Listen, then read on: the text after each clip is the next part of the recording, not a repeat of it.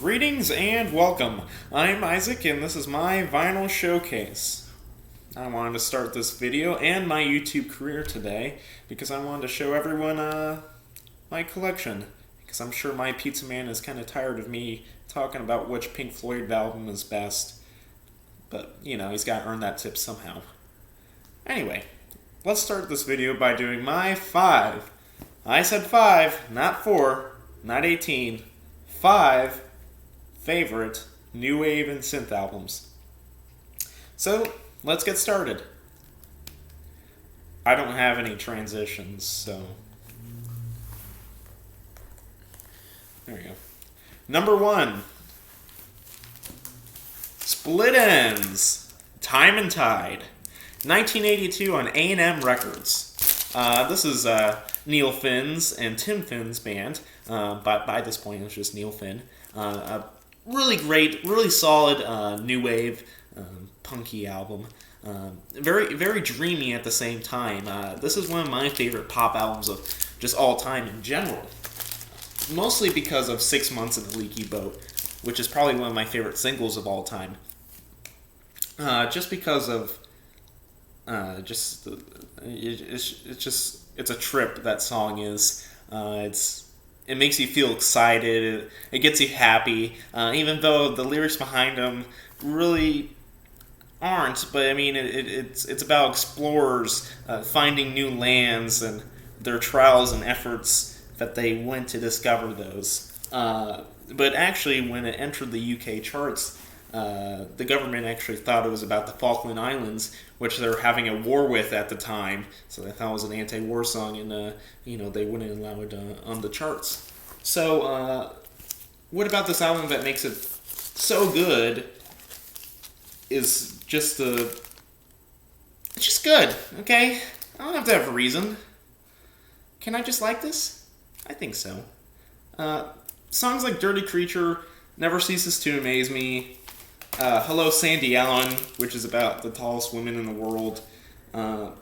Holloway is an interesting one, kind of just talking about Tim Finn and his life, which is kind of, it's very interesting to hear. But now weak track on it. And should be listened by everyone. You'll probably not like it, but I really do like it. Number 2, Stan Ridgway, The Big Heat. This came out in 1986 on IRS. This was Stan Ridgway's first solo album since leaving Wall of Voodoo in 1983 after the 83 US Festival. This album is very film noirish in the way that instrumentals are, and just Ridgway's voice has been very. It's never really been associated with the music that's inside of it. His music has been described as almost watching like a spaghetti western. It's different, and it definitely makes the music more enjoyable or annoying, depending on who you ask. But I think it makes it very interesting to listen to.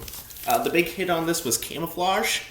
It was actually a top 5 hit in Great Britain and a lot of European countries at the time.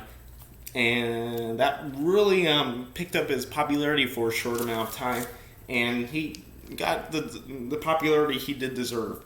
This is just a fantastic album with the title track, Drive, She Said, Pile Driver, Salesman. I mean, somewhat simple songs, but just the vocal tracks on them is like reading a story, and it's entertaining to say the least. I would definitely pick this up.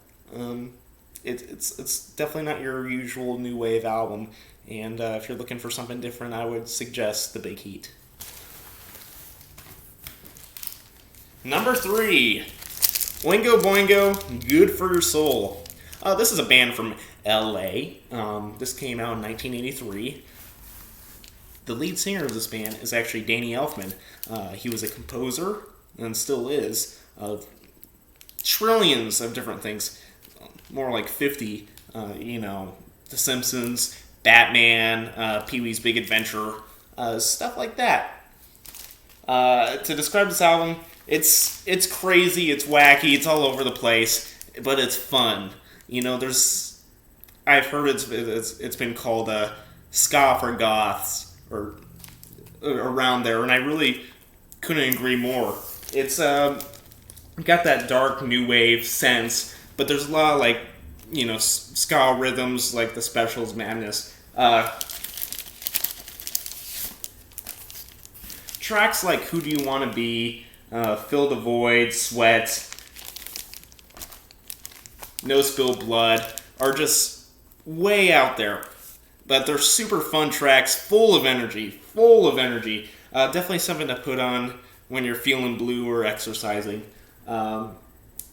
It's just absolutely incredible. A song on here, Cry de Vados, named after the drummer of the band, actually has a little secret. If you play it backwards, it'll play a message. At that time, a lot of albums have supposed satanic messages. But on this one, if you play it backwards, it's Danny Elfman speaking about, he's about pro-Christianity, so it's kind of a fun little tidbit there. So, I would definitely look into this one, and also the rest of their discography. I think they're a band that gets passed a lot because of their, fun nature, but there's a lot to be discovered here, and I think it's a gold mine for anyone who hasn't dug deep into their discography. Oingo boingo. Four, Love and Rockets, Earth, Sun, and Moon.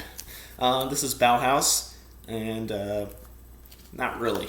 The lead singer is now gone, but the rest of them start their own little psychedelic and new wave band. Something that has happened before, stuff like XTC and whatnot, but they do something a little bit different. They have that goth sense to them since they're the pioneers, but their first three albums are very solid, but this third one right here is probably their best in my opinion. Mere People is a really good track to start, and also the opener. And the alternative hit off this one is No New Tale to Tell.